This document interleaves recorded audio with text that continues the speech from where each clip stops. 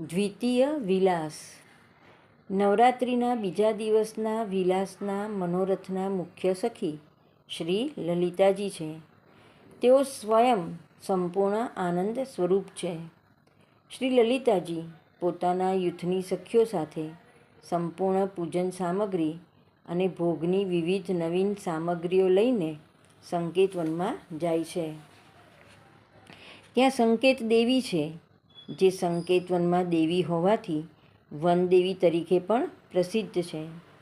તેમની પૂજા કરી શ્રી ઠાકોરજી અલૌકિક પતિરૂપે તેમને મળે તેમાં મદદરૂપ થવા વિનંતી કરે છે. પછી સૌ સખીઓ શ્રી ઠાકોરજીના સ્વરૂપનું ધ્યાન ધરી શ્રી ઠાકોરજીને હૃદયમાં પધરાવે છે. તે જ વખતે શ્રી શ્યામ સુંદર ત્યાં પધારે છે. શ્રી લલિતાજીના મનોરથ સ્વરૂપે લગ્ન મંડપ રચાય છે. વિવાહ ખેલનો મનોરથ થાય છે. શ્રી ઠાકોરજી અને શ્રી સ્વામિનીજીના લગ્ન ઉત્સવ સૌ સખીઓ મનાવે છે.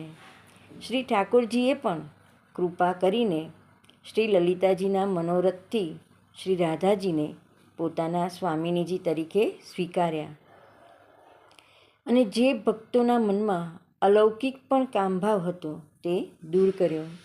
શ્રી લલિતાજીએ શ્રી ઠાકોરજી અને શ્રી સ્વામિનીજીને સાથે પધરાવી સહેરાનો શૃંગાર ધર્યો. શ્રી ઠાકોરજીએ સ્વહસ્તે શ્રી સ્વામિનીજીને શૃંગાર કર્યો. સંકેતવનમાં શ્રી યુગલ સ્વરૂપે અતિ રસાત્મક લીલા વ્રજ ભક્તો સાથે